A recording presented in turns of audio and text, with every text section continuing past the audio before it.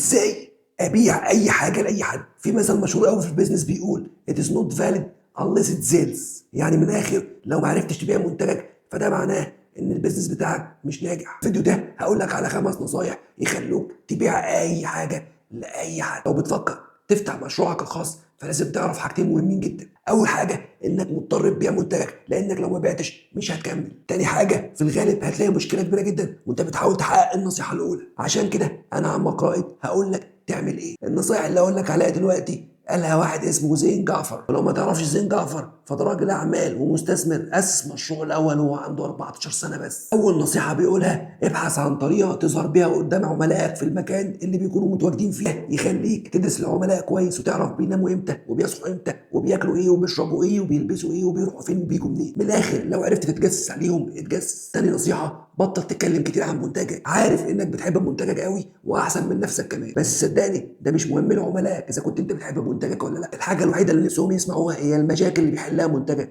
والالم اللي هيروح لما يستخدموا منتجك. ثالث نصيحه ابني سكريبت يبيع المنتج، وده معناه انك تحط سكريبت يخلي اي بائع يبيع المنتج لاي عميل، وده انك تدرب البياعين وتدرب نفسك انك ترد على اي سؤال يجي في ذهن العميل على طول. رابع حاجه طور منتجك باستمرار وخليه يسبق العميل على طول، وده هيخلي العملاء يحسوا ان انت مهتم بيهم فعلا. العميل دايما بيحب يحس انك مهتم بيه وقارئ افكاره، ما يعرفش انك بتتجسس عليه اصلا وعارف اخباره وعارف ايه اللي في دماغه. النصيحه الخامسه والاخيره جرب وتعلم، ودي النصيحه بقى اللي عمك رائد دايما بيقول عليها ابدأ ما تخافش. ابدأ عشان لما تبدأ وتورط نفسك غصب عنك هتلاقي نفسك بتحل المشاكل اللي بتقابلك وهتتعلم منها كمان. لو فضلت مستني لحد ما تبقى كل حاجة كاملة مش هتبدأ خالص. ولو عجبك الفيديو اعمل لايك وسبسكرايب عشان نكمل ونجيب لك أفكار كتير.